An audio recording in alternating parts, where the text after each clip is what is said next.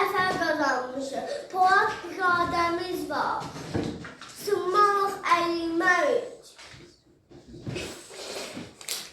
Bildirirəm. İdit mübarizlər.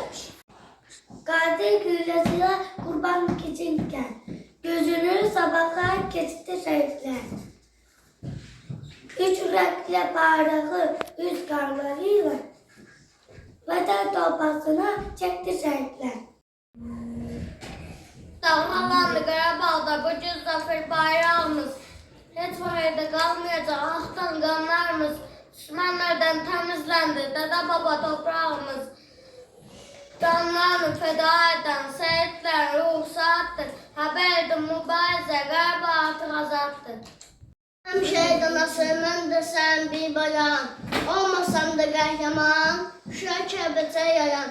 Sənin bayan tapşırıb, səni mənə yoyayıb. Mən son sayəsində ordumuz zəfər sayıb. Qarabağı aldılar, onlara hava aldılar, canı dildən çaldılar. Qalbiyyət zəfəri Azərbaycan əsgərləri.